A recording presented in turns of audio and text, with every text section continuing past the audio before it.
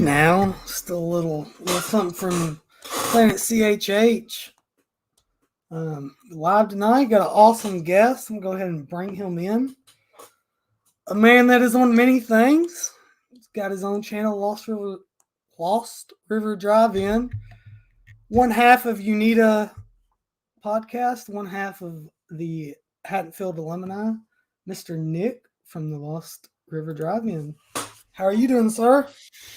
Oh, man, same shit, different day, different channel, same shit, different channel. I've been doing a lot of stuff this week, like collabing with people and shit. And it's funny, guys. Jake reached out to me last night around 8 o'clock. He's like, "We still good for tonight?" I was like, "Oh shit." I thought it was Friday for some reason. I was like, I swear I thought it was Friday. Yesterday was a reset day for me because I did like literally 6 hours of YouTube shit Tuesday after I got home from work. So I worked, came home, and just started doing YouTube shit until our interview with Gary Tunnicliffe went till 2 a.m. And then I had to go to bed and go to work in the morning. So I was dead tired. I was like, I need a fucking reset. So luckily he was like, "Hey, we can do Friday." I was like, okay, cool, man, because I didn't want to flake on you. So I'm glad to be here. Glad to be here. How you doing? Good. I'm good. I appreciate you being here. It's your busy schedule. I know I'm not all the way through the interview you did with Gary, but halfway through it, good shit so far. What I've listened to. Oh, dude, he was a delight. I mean, he really, like really a was. really awesome dude. He was a genuine guy that had no filter and literally told Christian and I anything we wanted to know. And there was some stuff we didn't dig into, but we did that on purpose, guys. We're teasing the sequel because Gary's going to come back on next month, and we're going to dive into the drama with him and Doug Bradley, the drama with Kevin Yeager. We're going to get into the nitty gritty. So very, very excited about having Gary back on. But I appreciate that. People seem to be liking that episode. They like Gary. Fuck Christian and I. Gary's cool, but it's cool. It just seems like, he seems like a genuine fan too. It's what it comes of the genre. So, that always helps. Yeah. Yeah. You got to love this genre to make movies in this genre. I really feel that way. Cause if you don't, you get, I don't know, I could name some directors, but I'm not going to. So, it's important to love what you're doing. But yeah, good guy. And, Jake goes, "Well, of course, if Nick's coming on, he's doing Halloween, right?" Like, yeah, you're probably right. That's my bread and butter. I know I talk about it to death, but guess what? Y'all are in for another hour and a half of it, so buckle up, buckaroos. Oh, hell yeah. Hey, I did tell you. I said we can talk about whatever, and you're like, no. I know you did. No, I know you did, but I was like, I feel like if there's people that are going to see me for the first time tonight that don't know my channel, and they're going to want to know what I'm about. I do a lot of horror shit. I actually just recorded something very Freddy-centric and very animated. And that in the sense of I was very fired up. And that video will be dropping tomorrow on my channel. But Halloween is where it all started. It's how I started my channel. So it's kind of what I always go back to, I guess. It's true. I still got to watch, before we even get into what we're going to talk about tonight, I still gotta watch your video because I seen you put up a review for the Munsters. I did. I watched it last night. What'd you think? Didn't love it. Didn't hate it though. I don't. It's fine. It's fine. I don't think I ever go back to it again. But I think there was some good stuff visually. I liked all the neon and stuff. Oh, it's eye candy. I thought it was eye candy. So nice to look at. And from what I've kind of read, like, I think that was on purpose because the studio wouldn't let him. He wanted to do black and white, and the studio wouldn't let him do black and white. Mm-hmm. But it is what it is. I think it's a little bit too long. Yeah, it needed to be like an hour and 20, not an hour 45. Yeah. And there's really not much of a story there other than how Lily and Eddie Munster get together.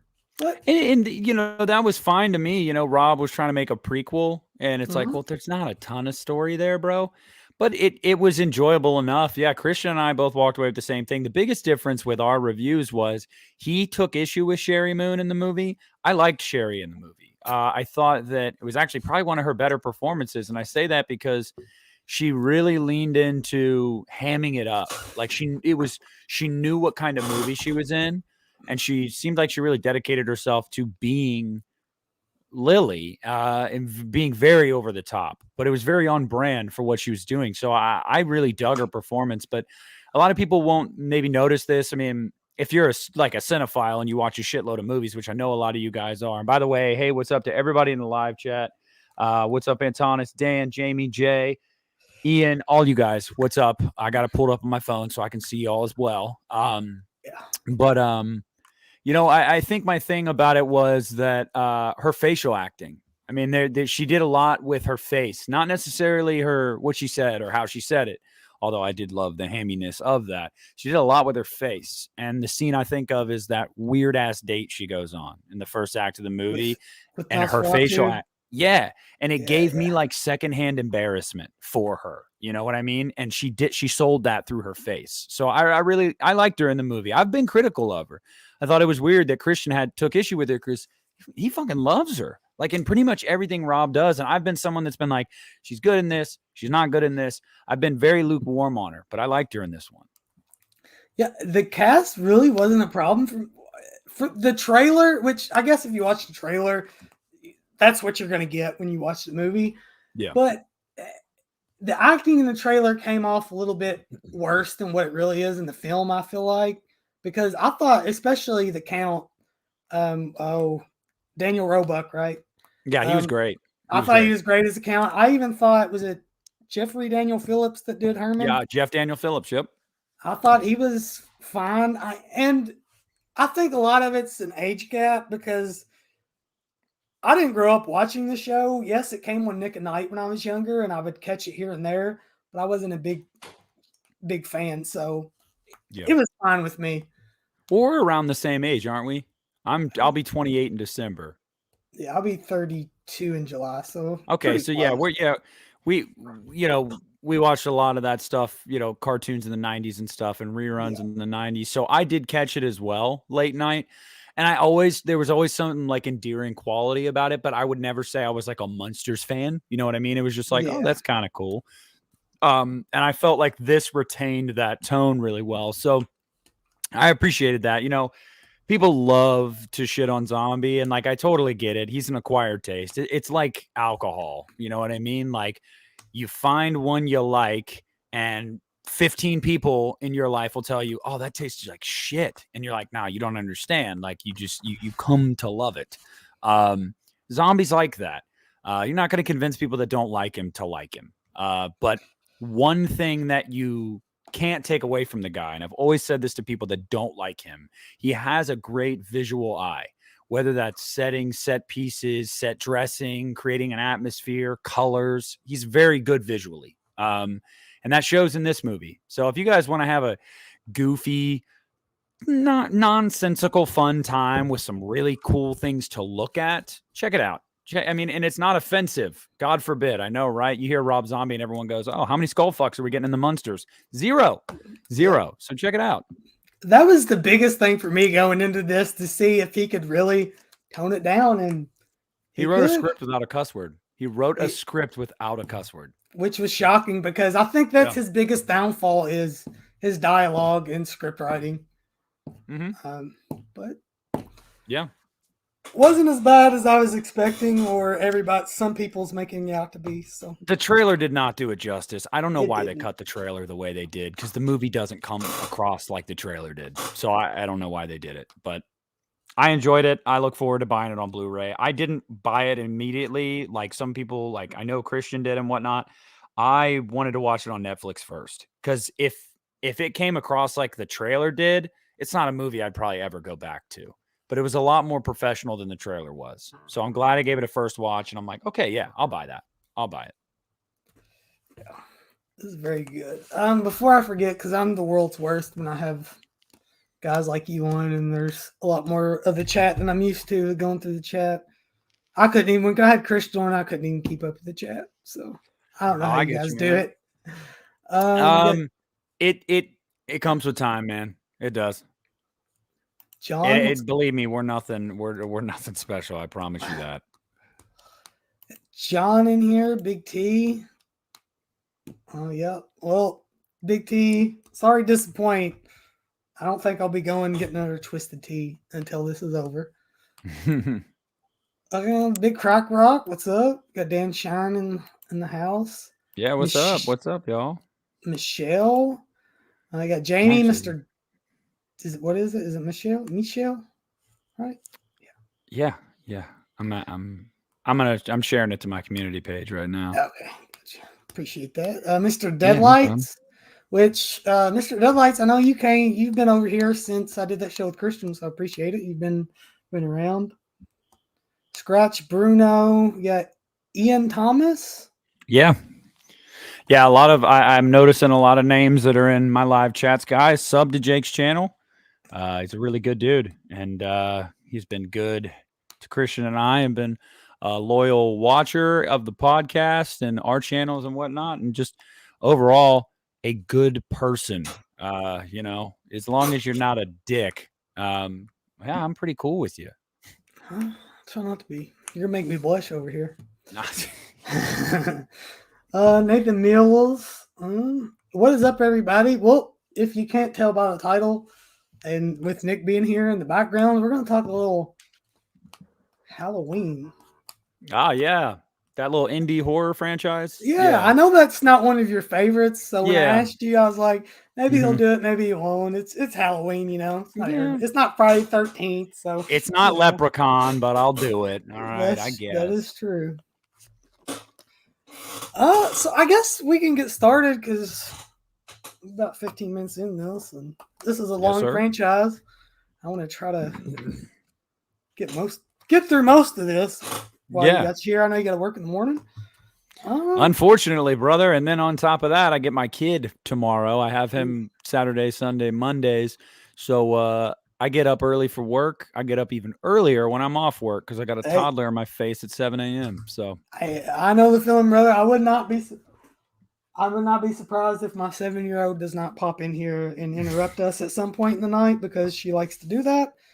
But maybe she won't. She was going to bed watching Hocus Pocus earlier, so we'll see.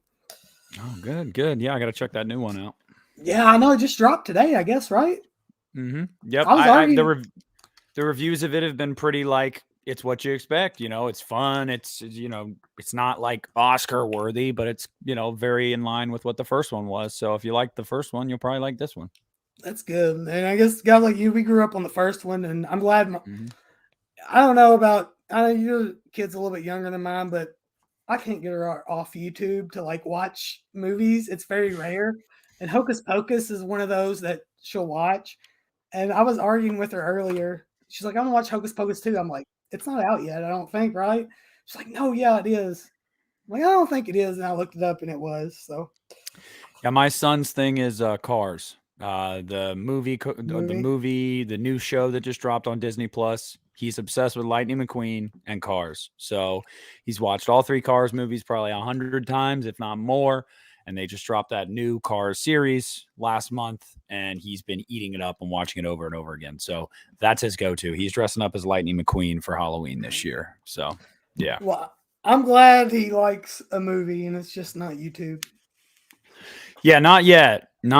But his dad being a YouTuber and watching a lot of YouTube myself, it's probably inevitable. That is true. And I think it's just like that generation's thing. Going to be that generation's thing. Yep. Before Mr. Deadlights brought this up twice, and y'all gotta check out Mr. Harrigan's phone. I'm not sure what that is. It sounds interesting. It's not getting it's not getting talked about enough, I don't think, but yeah, I'll check it out. I'll look it up and see what it's about. Got your co-host. Yeah. in house. What's up, brother? Yeah. That butt wipe. Christian is a good dude. Yeah, he's just awful at texting me back, like ever. So that is. I tell him that all the time, though. This isn't news to him. All right, Alexis Horror, how's it going? All right, well, I guess we can go ahead and get started. Halloween '78, John Carpenter. If you're the guest, if you want to go first here, you can. Look, I mean, we talked off mic before we came on that we'd keep the first one short and sweet because what needs to be said about it that hasn't already been said? That's I mean, it's a correct. classic, bona fide classic. I think it would be in most film critics and, horror fans' top 25 horror movies of all time, undoubtedly. And it's earned that. I've noticed recently over the past few years with this new trilogy, there's been a reappraisal of that movie, and I've seen some wild ass takes online about how, Halloween 78's boring. Halloween 78 isn't as good as people say it is. It's kind of overrated. And I'm like, no, it's really not. Like, there's just certain movies, you know what I mean? Where you're just like, this, even though it's older, like this is a banger. Like The Thing, like Night of the Living Mhm. Dead, like just movies that you're like, yeah, they might be older, but these are bangers. Like they're classics. And I think it's just gotten edgy and cool to some people to be like, I don't think that's as good as some might say. No, it definitely is. Yeah, I mean, what more can be said? Really started it all for me. Being a horror fan, first time I saw this movie well over 20 years ago. Actually, if we're being technical, Halloween 5 was the first Halloween movie I saw when I was a kid. But yeah, this really started my love of physical media and my YouTube channel, and everything that I'm doing now is attributed to this movie. So Yeah, and you bring up maybe a new generation calls it boring. Do you think it's just because what we're getting now and what they're used to, they're not? Because really, Halloween 78 kind of is a slow burn in a way. yeah, And but do you think they're just used to the heavy action, go, go, go, go of today that they look at it and it's like, oh, yeah, that's boring, and don't see it yeah, for the part of it is suspense that. and stuff?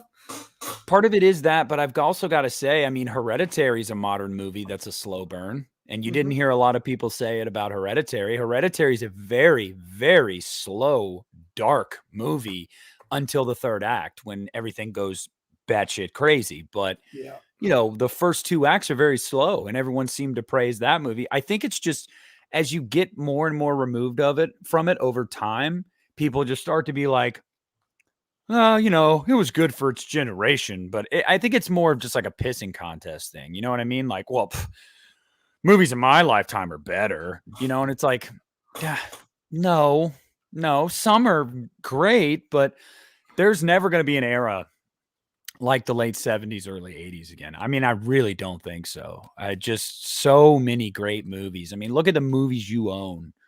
Look at some of the 5-star horror movies in your brain, and most of them are from around that era.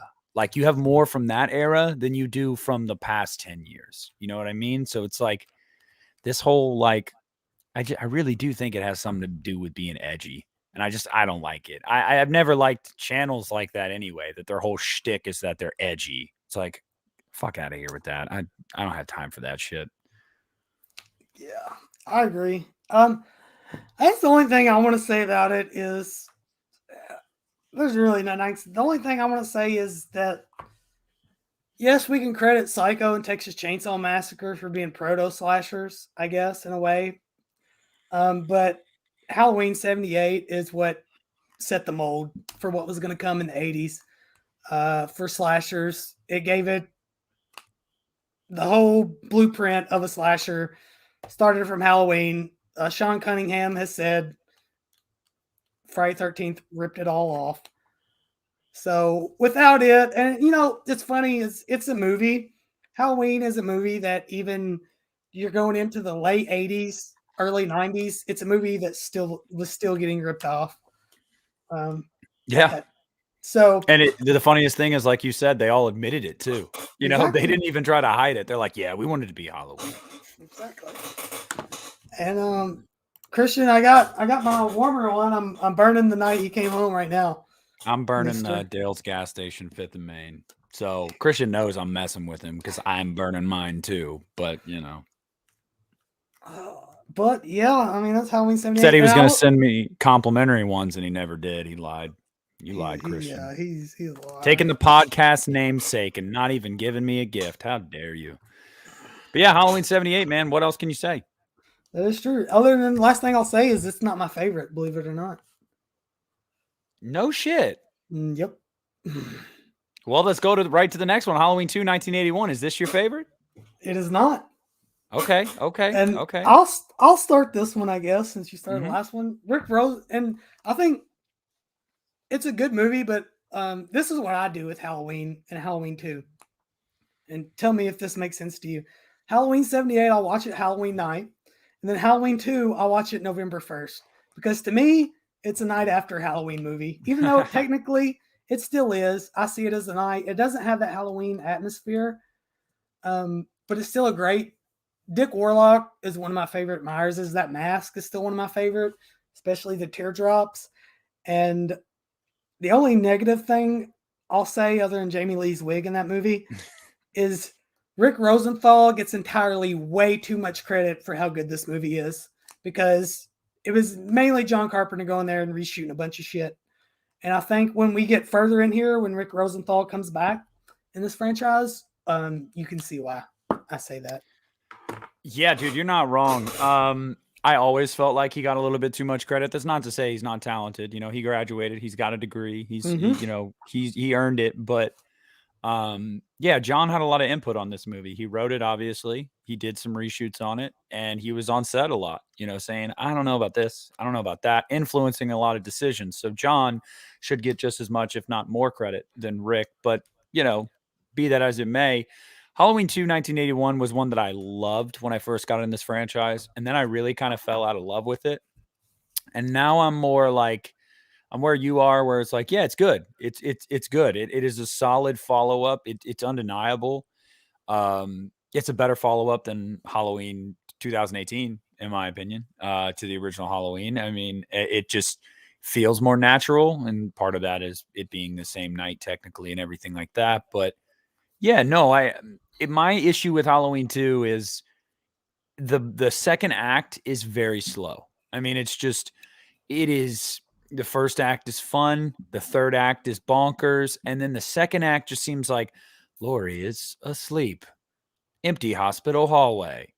Empty hospital hallway. Nurse, empty hospital hallway. And it's like, I get that you're trying to create atmosphere and trying to give the audience the feeling of this lonely, empty hospital. But when you overdo it like that and you just keep showing the same hallway shots and the same, it's like, I get it. Like, I get it. And part of that I feel like did have to do with maybe Rick Rosenthal trying to be like, let me add a little spice to this. And it's like, dude, I get it. But he didn't create an atmosphere like John did in the first movie. Some people have it and some people don't. And like you said, when we get to a movie later on in this series, yes, very much so is it proven that Rick Rosenthal is not good with creating an atmosphere. So Halloween 2 it's solid. It is very solid. It's one I have to watch every October. I used to watch every single one in the month of October. Recently, I've taken Resurrection out of that rotation. I didn't watch it for 3 Octobers. I wonder why. Yeah. So, yeah, I watch it on Halloween night. I always watch the original Halloween 2 and Rob Zombie's Halloween 2 on Halloween night. It's like tradition. And Trick or Treat. I have to watch those 4 movies on Halloween night. Awesome. Yeah. Halloween 2, there's a lot of iconic shots, like the blood tears Myers, him raising the nurse up with the scalpel and her little clogs falling off. But oh, that's so great. That is so great. Is. But the ending and then how they try to explain it in another one, but we'll get there. Move on. Halloween 3. I mean, they're pumping these things out. This is next year, 82, with a Kentucky boy, Tommy Lee Wallace, directing Season of the Witch. I'll let you take this one. Start on this one. So, like nowadays, Christian and I joke about this all the time, because nowadays it seems like everybody is on the bandwagon of Halloween 3 is great. And it's like, yeah, no shit. I've always felt that way. I remember when I bought it on DVD and I hadn't seen it. I bought it on DVD in 2006. And so I was 12. And it was one of the only ones in the franchise I hadn't seen at that point. It was 3 and Curse were the only 2 I hadn't seen yet. And I bought the Universal double feature DVD of Halloween 2 and Halloween 3 from Walmart.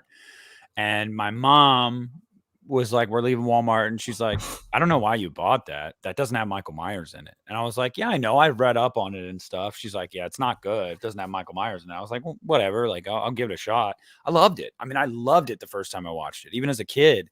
And so as the years have gone on, like this has been a movie that has not waned at all. And like my love for it hasn't, because we have this a lot with movies where over time we start to notice some cracks and we're like, yeah, it's good, but it's not as good. No, Halloween 3 is what it is and always has been for me. It's just a movie. It's top 5 for me in the series. I love it.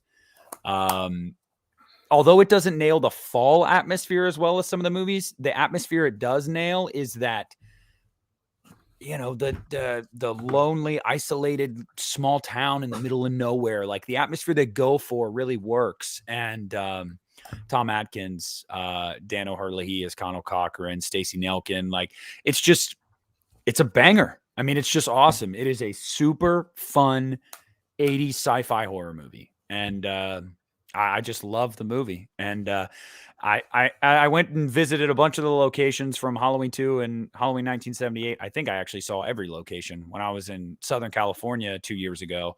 And I have made it my mission over, hopefully within the next year, to go to Northern California and go visit Lolita and see all the filming locations of Halloween 3. I love this movie. This is another perfect 5 out of 5 for me. Yeah. And, you know, for me on this, it's pretty much the same as you. Growing up, I never seen the problem that most people have with it was, oh, Michael Myers isn't in it. To me, growing up, it was just a movie. And I liked it for what it was. And the scene as a kid that got me most was there's 2 movies that are kind of similar. Demons 2 has a scene that's kind of similar to Halloween 3. With the kid, you know, when the kid puts on the pumpkin mask and starts eating, that scared the shit out of me as a kid. But I never seen it. I never hated it for not having Michael Myers in it. Always loved it, even growing up. I'm glad it's starting to find its way back. People can appreciate it for what it is. But the only thing I will say is, you know, from being younger as to rewatching it now, like being a kid or whatever younger watching it, you're rooting for Tom Atkins, right? Mm-hmm. And then being older and rewatching it, you kind of see what kind of piece of shit Tom Atkins character is. Horrible dad. Yeah, horrible dad, horrible husband. Yeah. And so he's like, oh, I'm not rooting for this guy exactly. Well, I guess I don't want all these kids to get their faces eaten off on Halloween night. Yeah. If anything, I feel like I was rooting more for like humanity. You know, like don't let all these children die. Like if Tom Atkins dies, and I love Tom Atkins, but it's like if Tom Atkins dies, you're not really at like a moral crossroads where you're like, no, he was such a good guy, because he's not. In the movie, he's not. Very interesting character to follow, but he's not a good character. He's not a good person.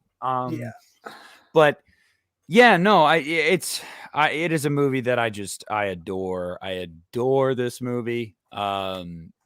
It's, you know, just a shame that they had to shoot it so tight on, you know, Stacey Nelkin and Tom Atkins in the bed, and the only nudity we got was Tom Atkins' butt. You know, I always had a crush on Stacey Nelkin as a kid, and you know, when I think about Halloween 3, the thing that always sticks out to me is the monologue that Cochran gives Tom Atkins when he turns Halloween 1978 on the TV, and you know, he's talking about, you know, Samhain, Sam Hain, and all that. It's fucking awesome. Like it's such a good piece of dialogue and like scene in that movie.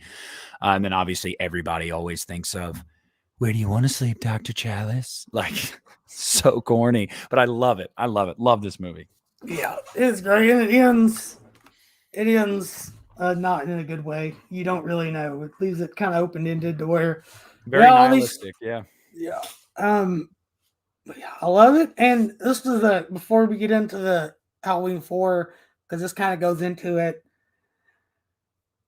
For you, Halloween, because I think the plan, you know more than me, but I think the plan was, if Season of the Witch done well, that they were going to take an anthology, going to take the Halloween name and use it as an anthology, kind of do a different story, but just put the Halloween name on it. And as you know, everybody knows, it didn't do good, and it took us like 6-7 years to get another Halloween. But would you have rather it went in that direction, or went back to their roots. No, I'm happy with what ended up happening because I feel like as good as Halloween 3 is to me in my mind, I don't know how you replicate that or top that.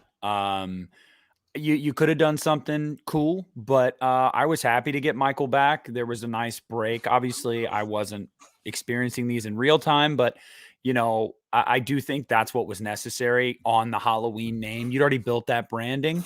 To change that was like it would have been a little too hard of a right turn, I think.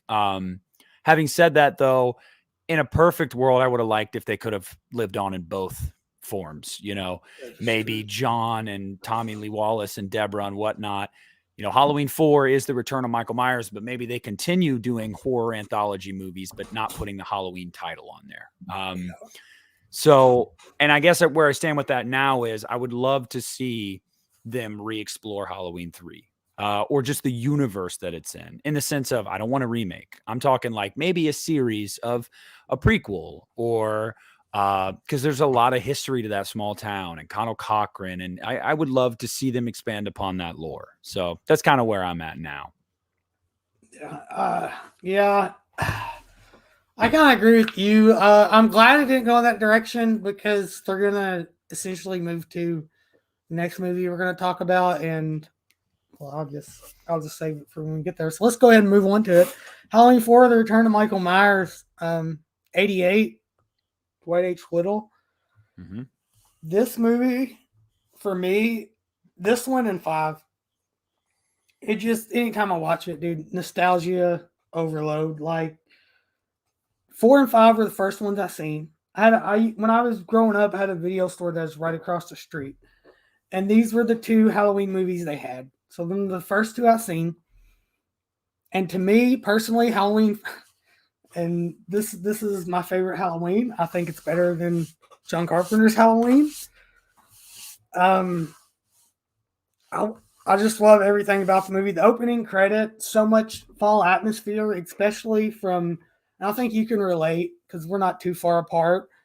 That kind of Midwestern, Southern fall vibe with the farm, and it's just amazing. It feels like home. And then watching it as a 8-9-year-old and seeing a character like Jamie Lloyd being the same age and being able to relate to that character in a way is, I don't know, it's just amazing.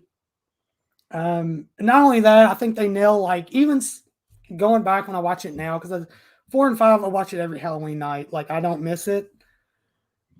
Going back and watching Halloween 4, even the part in the school, like, just seeing the school decorations, it takes me back to, like, that's how my school was growing up, decorated for Halloween and all that. And I think the dynamic between Jamie Lloyd and Ellie Cornell, I'm blinking on her character name right now. Rachel Carruthers. Rachel, yes. I think it's a good dynamic, and it sucks what happens in part 5, but I love this movie. It'll forever be my favorite Halloween movie. It's just got a way more Halloween atmosphere than 78 to me. Because when I go back and watch 78, I can tell it's shot in Southern California. Mm-hmm. It doesn't. So yeah. Yeah. No. So this is one of the ones. This 1 and 5. I mean, as you know, growing up in the 90s. In early 2000s, these are the ones that were playing on AMC Fear Fest every day in October. These are the ones that you always saw on TV. You could not avoid 4 and 5, which is why Halloween 5 was the first one I saw, because I saw it on cable 1 October. And yeah, Halloween 4, the opening, like you said, it reminds me of home. I grew up in the Midwest. I still live in the Midwest. There's a lot of rural areas around here, a lot of farming communities, and just the opening alone sets a tone that just makes me feel like this was shot in my backyard, which is really, really cool. And Danielle Harris being a little girl and carrying a movie as a kid like that is just impressive, because most of the time I'm not a fan of child actors, like especially when they're asked to carry a movie. It's more often than not they don't carry the movie, and Danielle does. She delivers. I mean, and her dynamic with her and Ellie is amazing. The only downfall of this movie I've ever really had is the mask. And even then it's just like, whatever, like, it's not the end all be all for me. This is, again, a top 5 in the franchise movie without a doubt. This is fall atmosphere, feels like October, really good characters, really, really likable characters in this movie. Even Brady, who is just kind of, people give him shit a lot. Is like, he's a teenage guy. Like, they do stupid shit. They think with their heads and not the right head. Let's just say that. Yes. And even at the end of the day, he tries to redeem himself. Like, he's a good guy at his heart. He's just kind of a horn dog. There's good characters, good atmosphere, good kills. And the music is the synth music. It's so 80s. I adore this movie as well. I really, really do. You won't find me saying a bad word about Halloween 4. Just won't. Yeah. I get made fun of quite a bit in our little group because I'll die on the hill that I love this movie more than the original. And I know 90% of it's nostalgia, but man, I can't really help it. But don't undersell it, man. It is a very good movie. Yeah, there is a lot of nostalgia there, but it is a very good movie. So never feel ashamed to be like, yeah, this is my favorite. Because if someone takes you to task on it, you can be like, it's a good movie, though. Like, it is objectively a good movie. It's well shot. It's well written. It's well acted. It's a good movie. Like, never. Yeah. I mean, I don't back down from my love for some of these movies in this series, and we're about to get into one. So. Well, don't worry, because I think I'm right there with you. But yeah, man, Halloween 4, I love it. There's not going to be a Halloween I'm going to miss watching this movie, because it means a lot to me in my childhood at the same time. Because I will say, like, before we get like going, like, Friday the 13th is my franchise. It was always playing as a kid. I don't think there's really a bad movie in the franchise, but I've always said Halloween is a close second, because when Halloween is good, it's fucking damn good. But when it's bad, it's really bad. As I feel like Friday's more of there's not really a bad movie in the franchise, to me anyways. They're all fun. Even if they're not super high quality, you have a good time. And I think that's what matters the most. Exactly. And we move on to Halloween 5, The Revenge of Michael Myers, 89. You're going to have to help me with this director's name. Dominique, he's French, right? Correct? Dominique Authion-Girard, yes. There you go. I'll let you start on this one since I started on 4. This one I catch a lot of shit for all the time for my love for this movie. The first Halloween movie I saw. So nostalgia's a hell of a drug. I love this movie. I mean, I unapologetically love this movie. And people will say a lot of the things they'll point to as negatives for this movie. I always have a rebuttal for. Like, whether I'm right or wrong, I always have a rebuttal for it, because I just feel like some of it's nitpicking a lot of the time, but that's neither here nor there. Look, Halloween 5 is ambitious. Halloween 5 is like an art film in a way. It's a gothic horror film. It is very, very foreign. You feel the director's influence on this movie, whether it's in the barn scene with the light coming through the slats as Michael runs his hand across the wall, or whether it's the gothic setting of the Myers house in the third act. It's pretty highbrow in what it tries to do. Whether it nails it all the time is another discussion, but it really does shoot for some high heights, tonally and visually and whatnot. And I just think that, again, Danielle is your lead, and she's so good, yet the first half of this movie, she has to act with her body. She can't talk, and she nails it. I mean, she's so good in this movie. I like Tina. I've never not liked Tina. She's never annoyed me. Yeah. Thank you. It's like people say that she's this awful, over the top, you name it. And I'm like, dude, it was the freaking 80s, bro. Exactly. Like, so many women were like that. My mom was like that. The big hair. Yes. There were so many people you knew that was like that, so it's not unbelievable. Yeah, and I'm just kind of like, I feel like it's more or less a lot of the hate for Halloween 5 is because people didn't get what they were expecting after 4. So they take it out on what they did get. And I don't feel that way, because I've always been someone that believes you can't go with Jamie as the killer. You just can't do it. Danielle didn't want to. Danielle, in hindsight, even admits that, like, yeah, we can't do that. That's not the right way to go. When she was a kid, she thought it was cool, but she knows, like, nah, that's not the way we should do that. They explore some really cool themes in this movie, you know, whether that's abandonment, whether that's just loss, like in every Halloween movie.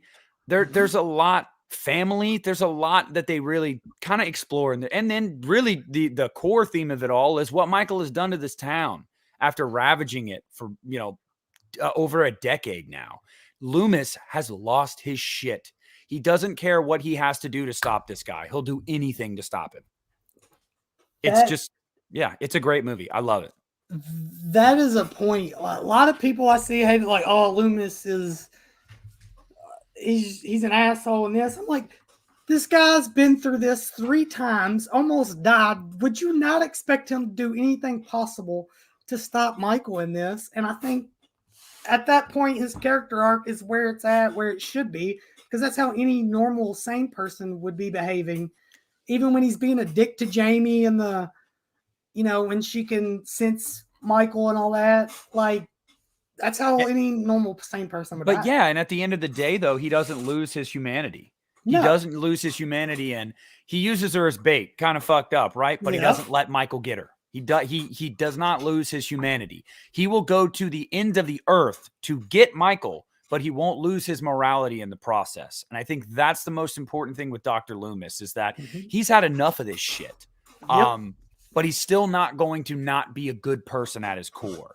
And he also gives one of the best lines in this franchise when he says, I prayed in my heart that he would burn in hell, but I prayed that he would burn in hell, but in my heart, I knew that hell would not have him.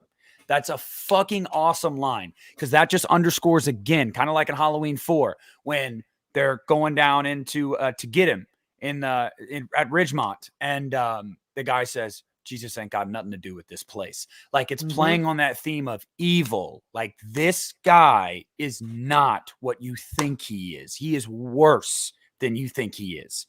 And I fucking love that. And yes, Mr. Deadlights, the bush, Ellie Cornell's bush getting out of the shower in this movie is hilarious. It really makes you think, how things have changed. So yes, I saw that comment, but I love this movie. Again, love it unapologetically. And yes, the laundry chute sequence, one of the most suspenseful sequences in the franchise.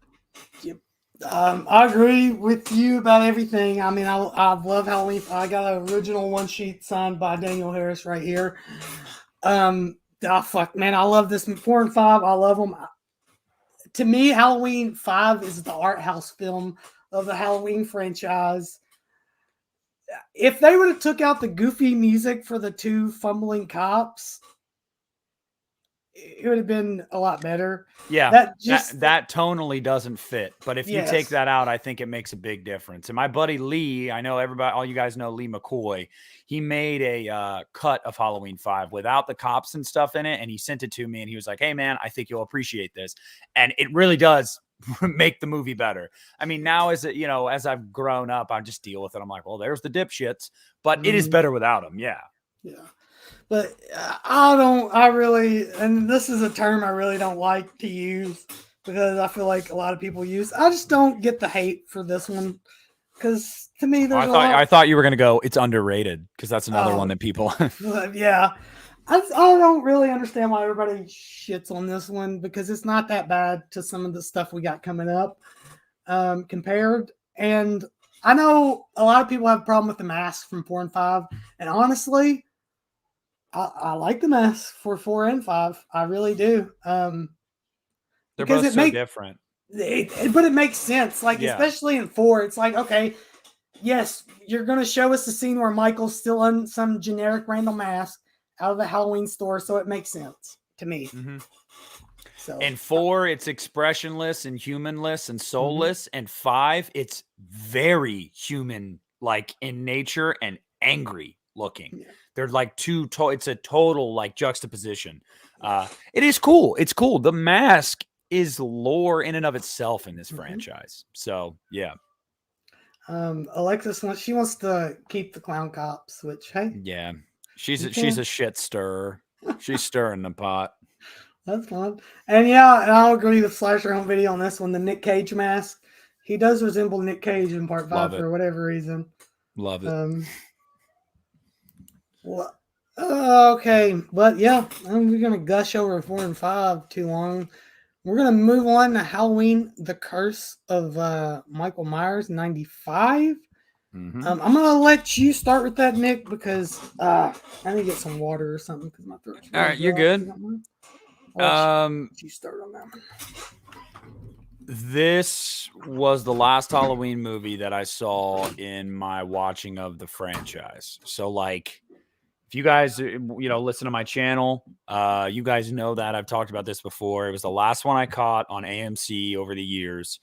And I remember seeing it, like saying that it was upcoming that day or whatever. And I was like, Halloween, The Curse of Michael Myers, what the fuck? And it didn't have the number. Up to this point, we'd had numbers. So I was like, well, where is this in the franchise? And then I found out, oh, it's 6.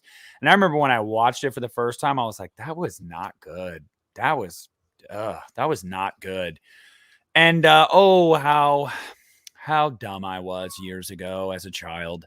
Because as in my teenage years, I fell in love with this movie. And now today as an adult, I love this movie. I really, really do. We can talk about the troubled production. We can talk about this. We can talk about that. No, I don't think Paul Rudd is overacting in this movie. Stop giving him shit for it. I think that he plays that very awkward, kind of emotionally repressed Tommy Doyle perfectly. I really do like him in this movie. The mask is a banger. The tone, it's mean. Michael's the fucking devil in this movie. And the atmosphere is like 10 out of 10. I mean, maybe the best fall Halloween atmosphere in this entire series is in this movie, in my opinion. So took me a while to warm up to Halloween 6 as a kid, but once I was a teenager, I fell in love with this movie, and I just think it's mean and it's ruthless and it's got a great atmosphere. And I prefer the theatrical cut. Very big fan of this movie. Here's where I think we're gonna come to a point tonight we disagree a little bit. Growing up, I will say I love this movie. And I will even say now, this, to me, has one of the best Halloween atmospheres. It is mean. Paul Rudd, I don't really get why everybody hates on Paul Rudd. He's doing what he was supposed to do as far as acting-wise. Something about that third act I don't like. I do prefer the theatrical cut over the producer's cut. And I have a really big problem with the way they done Danielle Harris, because I felt like this should have been the end of her trilogy. And I don't know. I think that's the biggest problem I have with it in the third act. Everything else, I really don't mind. I mean, it's got a great atmosphere. But yeah, I don't know. Yeah, see, you're not wrong, man. I mean, they did Danielle dirty for sure. They did her character dirty as well. Yes. And in the producer's cut, it's even worse. Okay, like I don't need the whole. It's Incest. Implied in the theatrical, but yeah, in the producer's cut, it's just flat out there, and I'm like, that's fucked up, man. But like, the third act is kind of a hodgepodge, but I dig the third act in the theatrical cut because it is so crazy. I mean, it's just like, I remember back when I was a teenager sneaking cigarettes, and in my house, I had like, you could get out on the roof from my window, and my TV was like at the other end of my room. So if I was like out on the roof, I could still see my TV perfectly.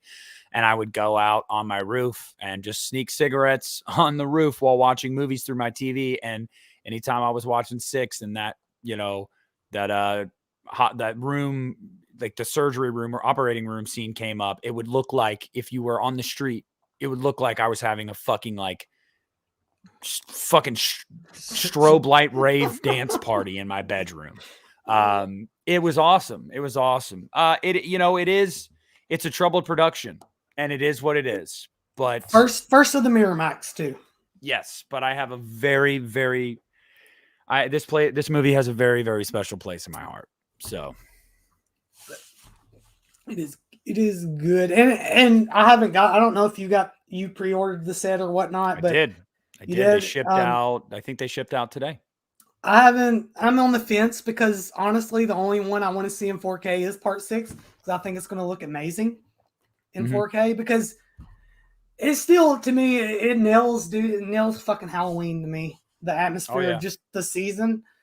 I'm gonna go back and watch it this season, just to see. Maybe I'm gonna watch the theatrical cut because all I have right now on Blu-ray is the producer's cut.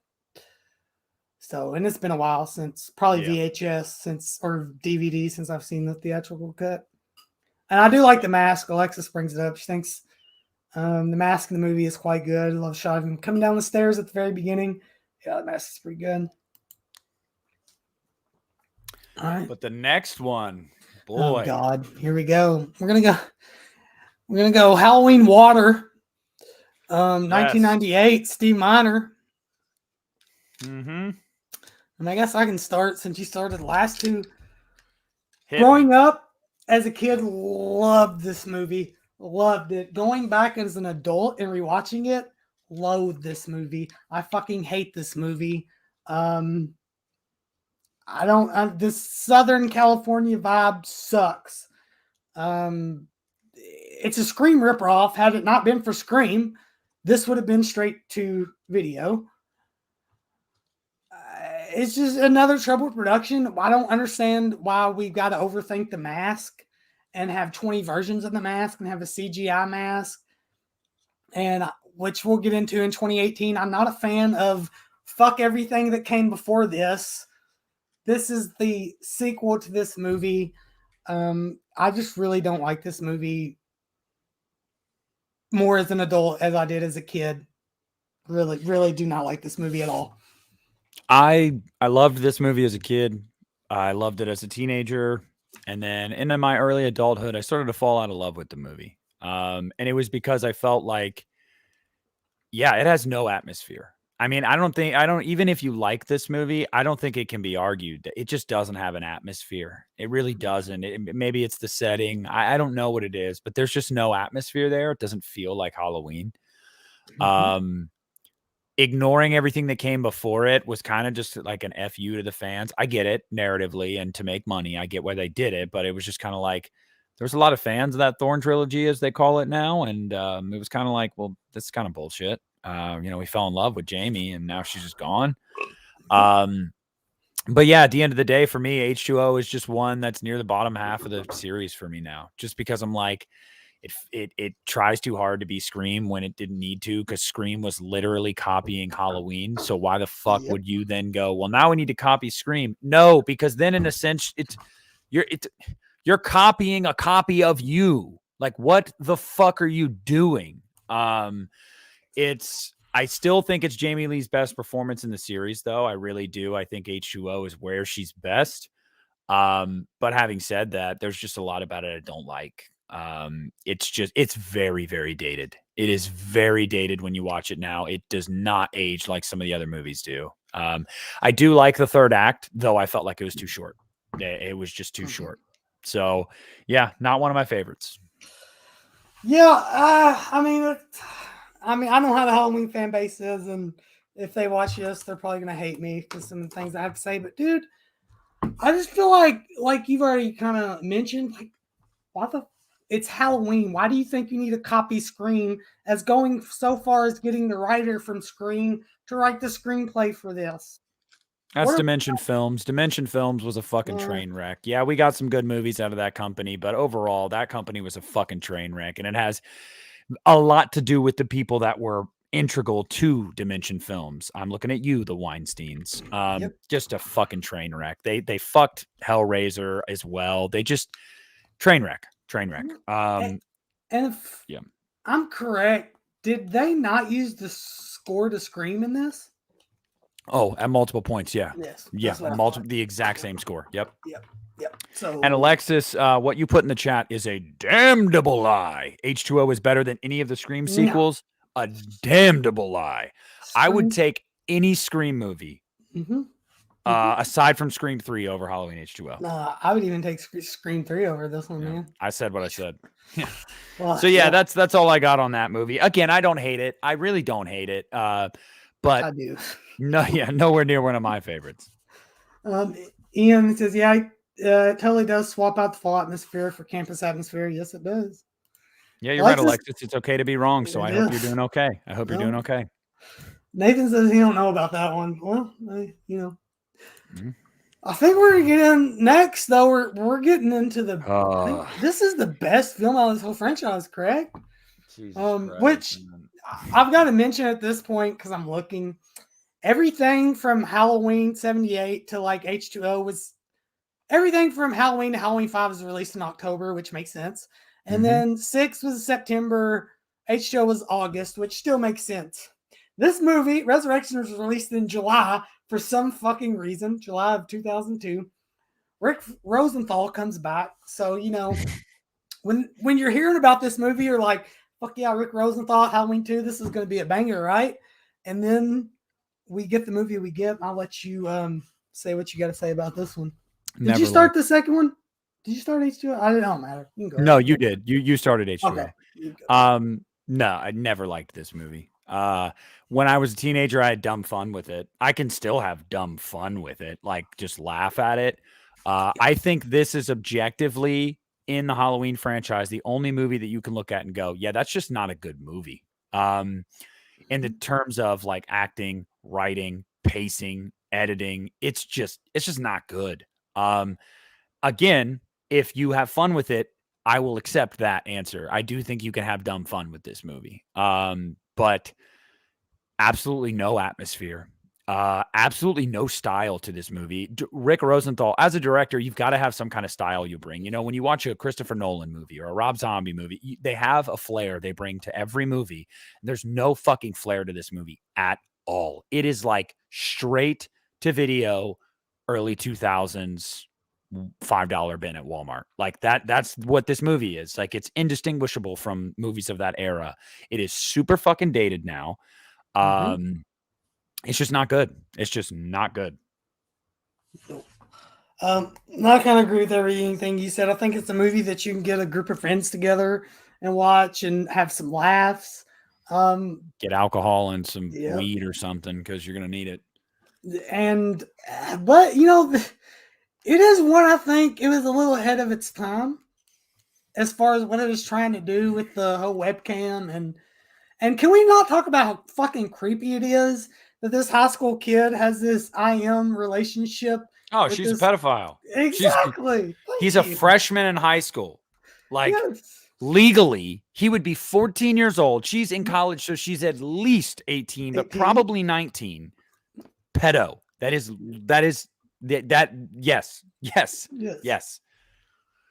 It's got some awful Rob Zombie Halloween dialogue, or you can say Friday 13th remake dialogue with I can't remember the dudes, but you would know I'm talking about when he's trying to have sex with that girl. Donna. You got great legs. What time do they open? That would be 1 o'clock. Yeah. Although he is kind of funny, I won't lie. But awful. Just awful. I mean, what else needs to be said about this movie? Trick or treat, motherfucker, I guess, is the last thing that needs to be said about that one. When you got Busta Rhymes shit kicking Michael Myers, there's a problem, I think. Alexis, you love this the best in the series? She's fucking with you. She's fucking with us. She knows I know damn well she doesn't think that. But the next one, you can start this next one off, buddy. I will. This is the next one. I remember the buzz leading up to this. I was so fucking excited because Rob Zombie was on a roll up to this point. You got House of 1,000 Corpses, Devil's Rejects, 2 great movies in my opinion. So in 2007, when it was Rob Zombie, when it was announced that he was going to be directing, I was fucking ready to roll. Seen this open a night at the theater, and I'll still say this, even though my feelings towards this movie has changed a little bit, still one of the best theater experiences I've ever had, because the theater I went to, it was a smaller theater, but they brought the old school vibe, dude. They had a Michael Myers coming through halfway through the movie, just walking down the aisles. It was great theater experience. So seeing this in the theater is got 07, so I was probably like a sophomore in high school or freshman, something like that. I liked it. I loved it. I really did. I didn't have a problem with it. I didn't have a problem with knowing not wanting to know Michael's background, because still to me, to this day, one of the creepy shots, and everybody kind of shits on it, is like young Michael after he kills his sister and puts on the big mask. Yeah. It's like what, and he's just walking down the hall. I'm like, that's creepy as fuck. And then kind of getting older and to now, I know a lot of people prefer the second half, but I prefer the first half more because I hate the dialogue in the first half. Like the whole scene with in the beginning when you're kind of first introduced to Laurie, and she's not the Laurie Strode, you know, in 78. She's making fucking dick jokes and masturbating jokes with her mom. And then the whole thing with Danielle Harris's character when she's like, oh, fuck me, or whatever she says. It's just awful fucking dialogue. And it makes me feel awkward. And I don't like the second half. I like the first half now. Yeah. So same thing for me, man. I loved this when I saw it in theaters. Great theatrical experience as a teenager. Wow, what a movie when I saw it. I absolutely adored this movie. As time went on, it waned a little bit. And now for me, I just look at it as it's okay. It is nowhere near the abomination that people make it out to be. It is nowhere near. And I'm the opposite. I love the second half of this movie. And at times the first half is kind of hard to get through. I love the Smiths Grove stuff with him as a kid. I love Sherry in this movie. I still think this is Sherry's best performance. I love her in this movie. She's very, very likable in a crazy way because she seems like the only one in that house that isn't a total piece of shit to Michael. And the scene of her suicide is just heartbreaking. Like it really, really is. The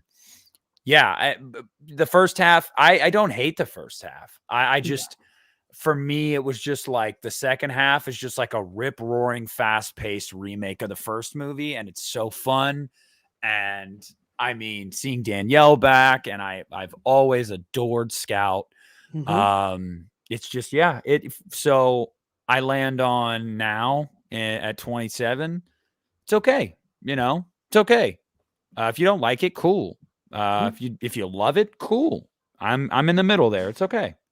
Yeah, and I agree. And I think as we get in, especially Rob Zombie Halloween 2 here in a minute, what I appreciate now about Rob Zombie, it's especially 2 a lot, but like even Halloween, it's grounded in reality in a way. Like, yes, this is how most serial killers start out. Yes, this is how these events kind of would play out in a way. I don't know. That's how I feel about especially Halloween, especially the first half is like, I mean, if I'm a big true crime guy too, and yes, that's how a majority of serial killers start their crimes, torturing animals, broken homes, all that fun stuff. So yeah, fun stuff. But, which by the way, if you haven't watched Dahmer yet, watch it. I fucking loved it. Gotta watch that. Rob Zombie's Halloween 2, man. I guess I'll start this one off this time. Still to this day, one of my favorite theater experiences I've ever had. This movie was like I was transported into another dimension. Because there's so much weird shit in this movie, and imagery and brutality and the nihilistic approach of, in Hollywood, the movies always tell you that the people come out of these traumatic experiences better and stronger. What if they didn't, though?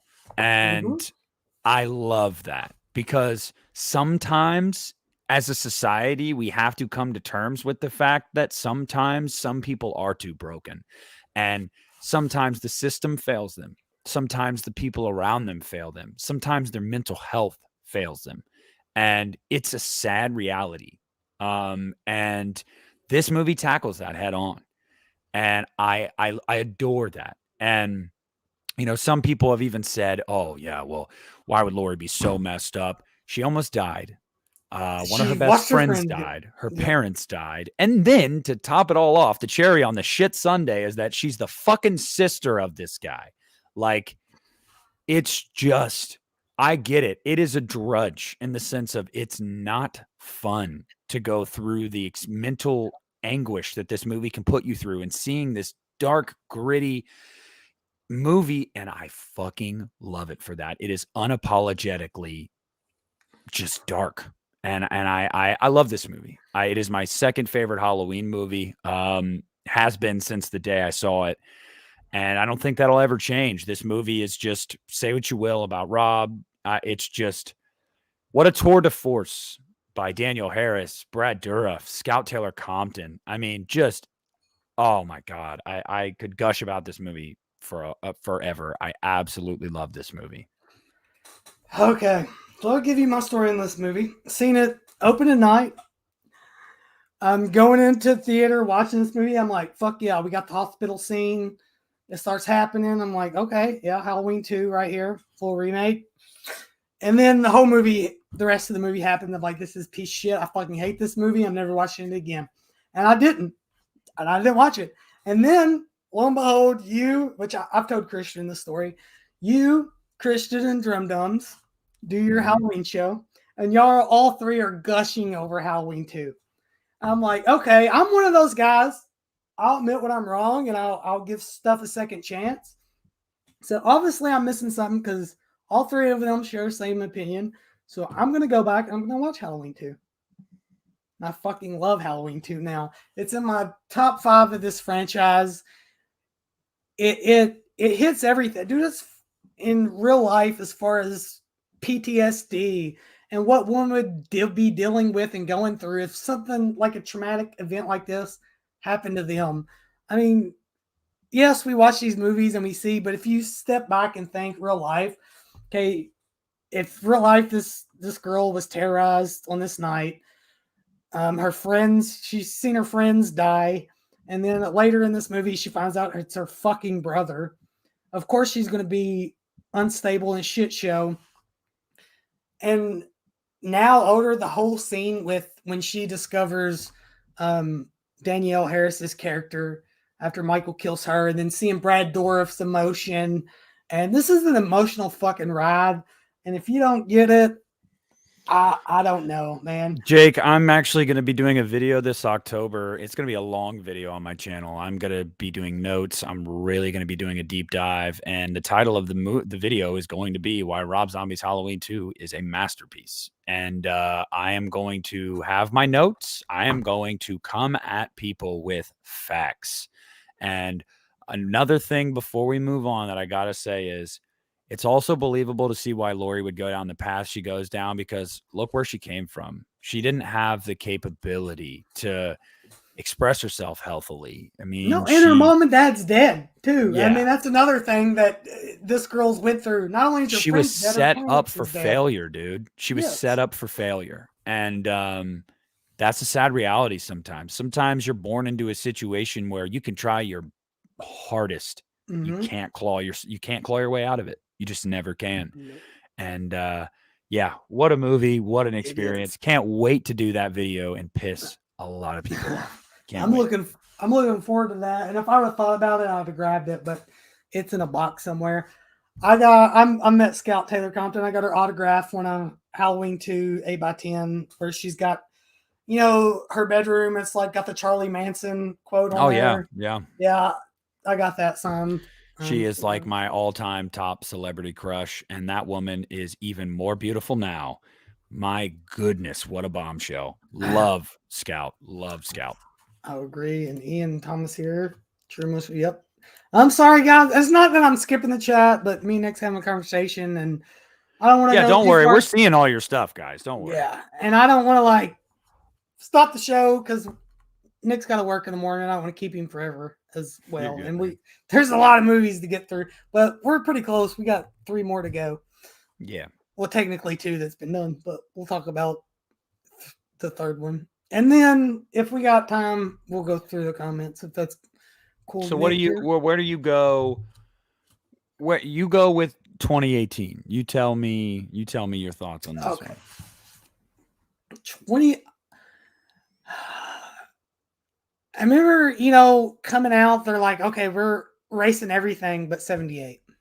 I'm like, okay, that's fine, because up to this point, it really hadn't been done, kind of. I mean, Texas Chainsaw Massacre's been doing it forever, but fucking whatever. Texas Chainsaw Massacre. I don't hate 18. I never have hated 18. To me, out of these two we've got, it's still my favorite, because I hate the character of Laurie Strode in this new thing. It's so unfucking believable to me. I hate it. I wish she would have died in this one. Honestly, I do. And you could have focused on Karen and her daughter. I can't think of names. Allison. Focused on them. That'd been fine with me. But what I like about 2018 is that whole, and it's still some of the best shit Halloween's ever fucking done, in my opinion, is Michael just going through Haddonfield killing motherfuckers. One of my favorite shots in this whole franchise is the shot where he's walking through Haddonfield and he goes down the alley into that little garage, gets whatever, and you can see the girl's talking on her phone and messing with the thing, and then you can just see him coming up behind and stabs her in the back of the neck. And I fucking love that shot. But that's one of my favorite things. There's stuff I don't like about 2018, but I still find it enjoyable.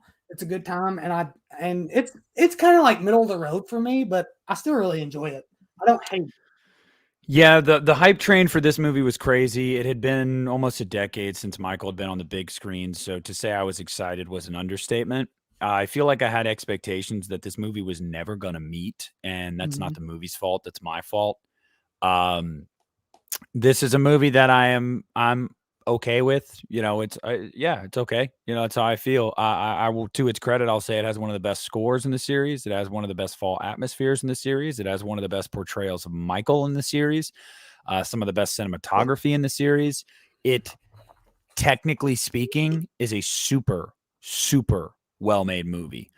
The issue that I come down with this movie is a lot of the characters, their arcs, their development, their dialogue. There's something missing there for me. Laurie was more believable, I think, in H2O than she is in this movie. Although I would take this movie over H2O, I think that Laurie's better in H2O. I'll agree Judy Greer, I didn't hate her in this movie. I like her a lot more in Kills, but she wasn't given enough to do in this movie. And when she was on screen, she was just portrayed as kind of bitchy. And that's unfortunate because I like Judy. We didn't get enough of Allison in this movie to really get to know her. Her friend group, oh my God, I don't like them. I like Vicky and Dave. So I guess it's really just the other guy and Cameron that I'm not big fans of, Oscar and Cameron. Although Cameron is redeemed in Kills. I liked him a lot in Kills. So for me, that's really what it comes down to, is like the writing and the character development in this movie. But everything else is really, really, really strong. So it was a nice relaunch of this series for me. It really was. And it was definitely a good springboard for things to come, I would say. Oh, yeah. And yeah, I agree. I didn't hate it. To me, still going into this franchise, there's only two movies I don't like, but we're about to get to the third one, so I'll let you start with Halloween Kills 2021 if you want to, since I started with 2018.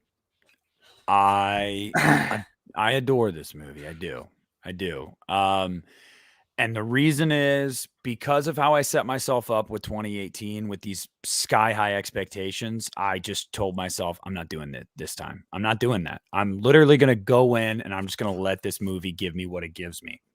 And what it gave me was, for the first time in a really long time, it lived up to its promise, this franchise's promise of a motiveless masked killer just murdering as many people in this town as possible. And for that, it was great. Again, the atmosphere is great. But again, just like 2018, the pitfalls of this movie are some of the writing, or some of the characters. Cameron is redeemed in this movie, absolutely. But Lindsay Wallace is wasted. Tyler Tommy Doyle. I don't think Anthony Michael Hall's acting is bad. I think his character's written bad. I think the dialogue is bad. But having said all that, this is one of those movies to me that is just like, shut your brain off, get Carnage candy for an hour and a half, go home. Like, I really have a fun time with the movie. The complaints people have about it, I can see them, I understand them, and I will not argue with you on them. But I just have fun. I don't know. Okay. I'm getting different vibes from you. Oh man, this movie, I see. I don't know how to put it. I hate this movie, but at the same time, I'm not one of the people that goes into stuff that's like, yes, I'm gonna hate this. Like, I was so hyped for this movie.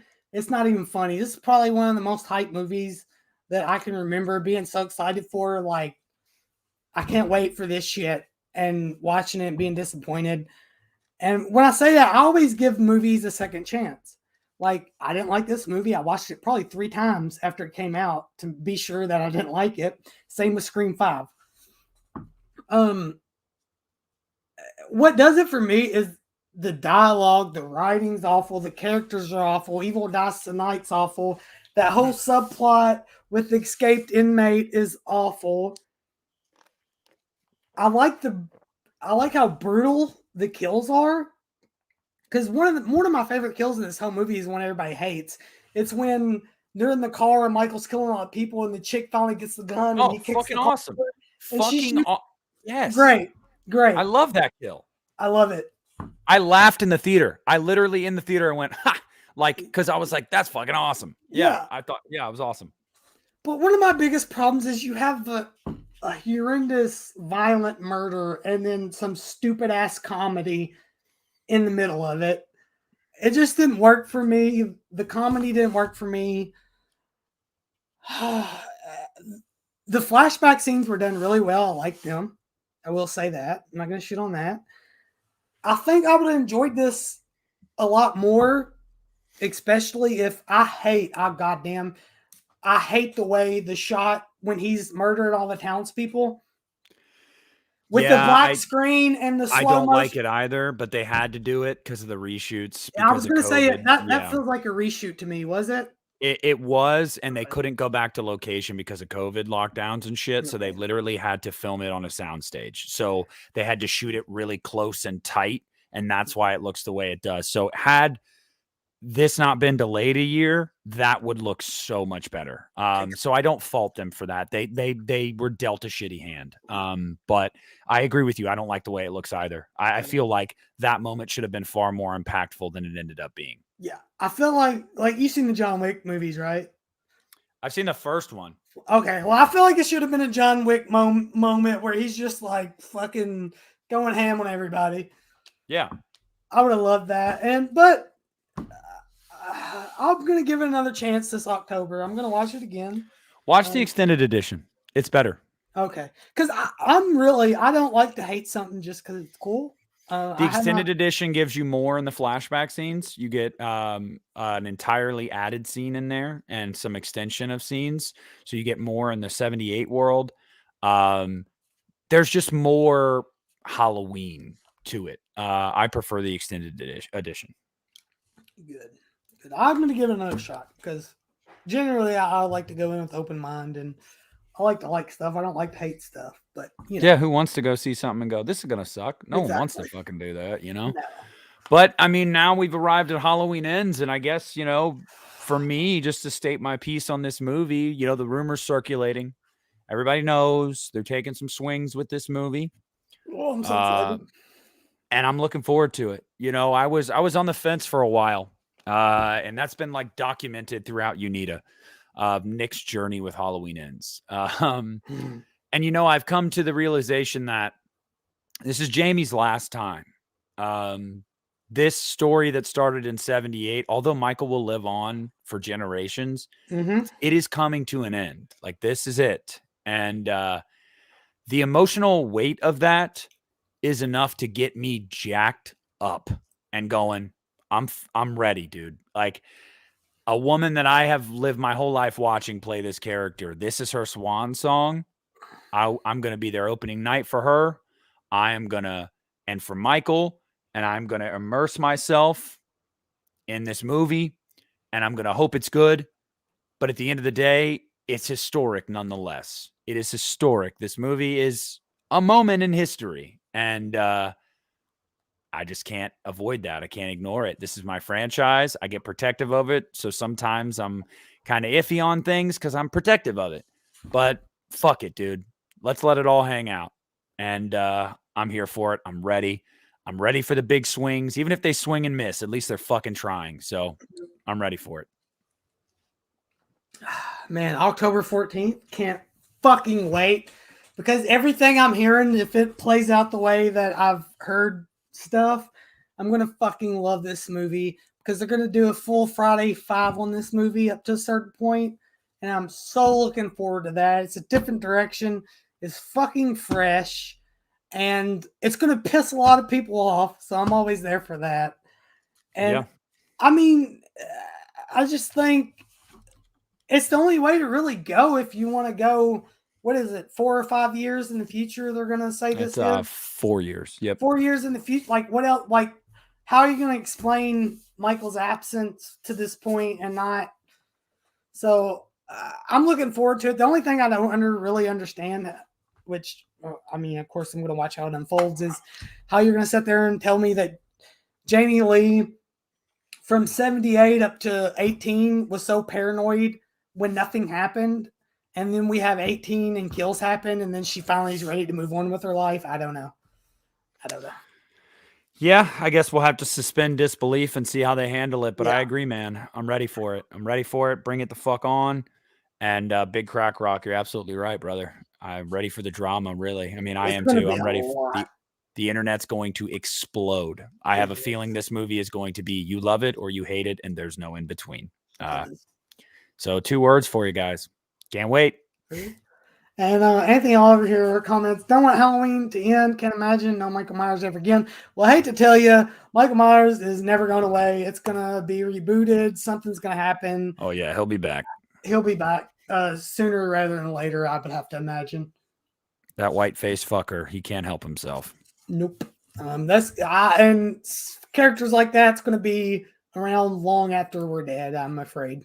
Yep, Michael, Freddy, and Jason are the new Universal monsters. Yep. You know, they're going to live on for hundreds of years. And good. By the way, hi, Rudy. I saw you in here, Rudy. How are you?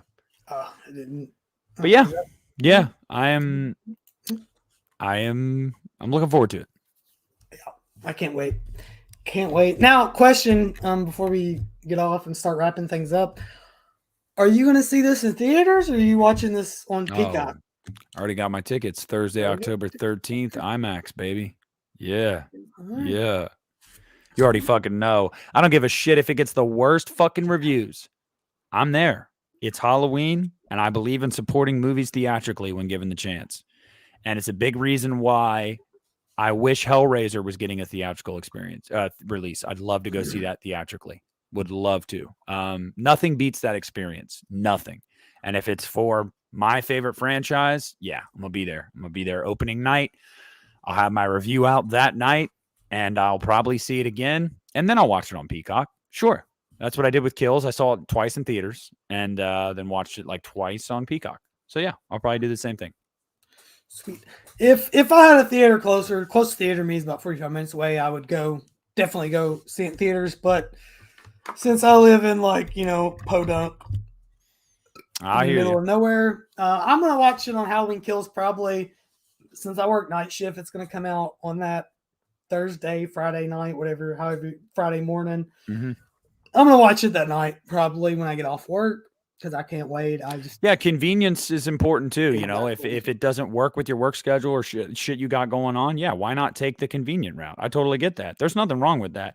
What I take issue with is when people have the opportunity to go to the theater and they just choose not to. They choose to do the easy route, and it's like, yeah, but if you're able to, go support it theatrically. I get if you can't, then there it is for you. But if you're just like, fuck that, they're not getting my money. It's like, well, okay, so.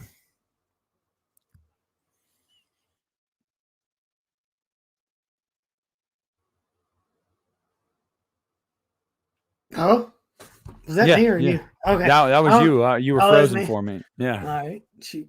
Yeah. But yeah, man, that's where I'm at with it. Can't wait. I hope everybody watching is going to check this movie out, whether it's theatrically or on Peacock. I hope you guys support this movie, and I hope you guys like it. I really do, because I hope I like it.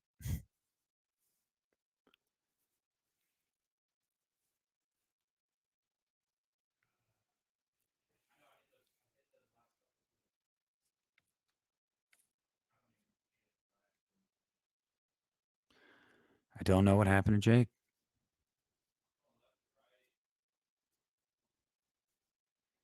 I think we're still live. Are we still live? Somebody in the chat, let me know. Can you still see and hear me? I don't know if his internet crashed or what's going on. Someone say something in the chat. Let me know. Okay, well, I guess his internet crashed. So, we'll give it a minute. But I think we were about to wrap up anyway. Yeah, don't know what happened. And this is on his channel too, so I can't end the stream. Oh, there he is. Okay. There he is.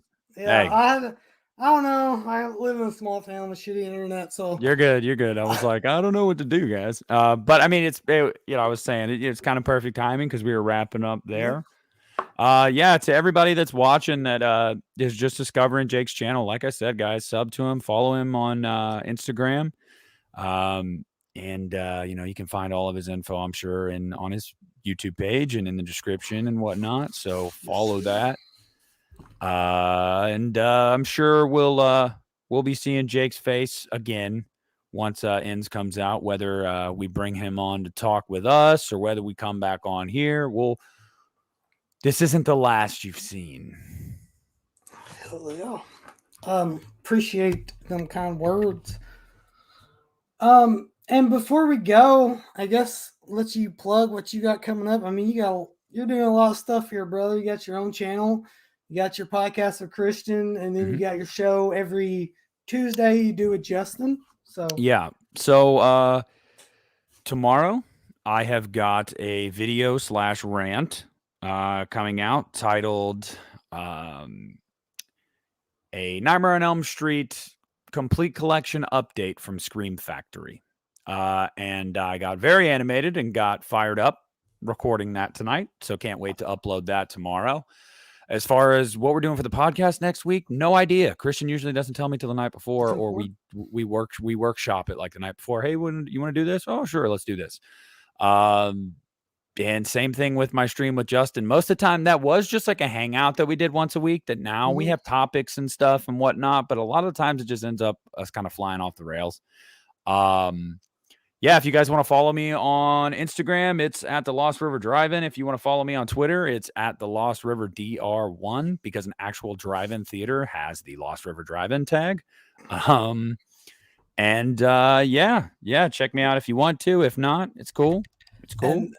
And, once we get done here and this is all processed, I'll be leaving links for Nick's YouTube, Instagram, Twitter, all that fun stuff, so you guys can get it if you're watching the playback.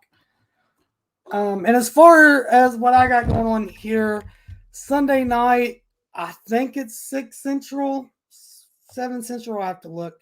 One half of the Haddonfield alumni, Mr. Justin, around 1988, it's going to be on the channel, and we're going to be. I'll be in the chat. We're going to be talking a little bit. I've kind of done some interviews with like Christian and stuff like that. It's kind of be the same premise there because Justin's been in the YouTube game a while, along with Nick. So definitely have to have you back on here sometime to do that because that's kind of what I'm doing. Because I like to hear from you. I'm gonna call you old heads that have been doing this YouTube thing for quite a long time, and it's just interesting to me to hear you guys' story, and that's kind of why I've been doing it. So absolutely, yeah, I would love to come back on and do that. You just let me know, and I'll be in here on Sunday in the live chat, listening to you and Justin talk, and berating you guys. Heck yeah! Well, I look forward to it. It's going to be a good time. I want to thank everybody in the chat, everybody that came in from your side, Alexis Hora, Ian Thomas, Sebastian, Nathan Mills, John, Anthony Oliver, Rudy, you got Ben Grimm, a lot of people. So appreciate you being in here. But we're about 3 minutes over. So anything else you got? If not, we'll shut this down right now, brother. Yeah, man, that's it. That's it. I'm ready to conk the fuck out. Yeah, I believe you. Thanks for watching, everybody. Till next time. See ya.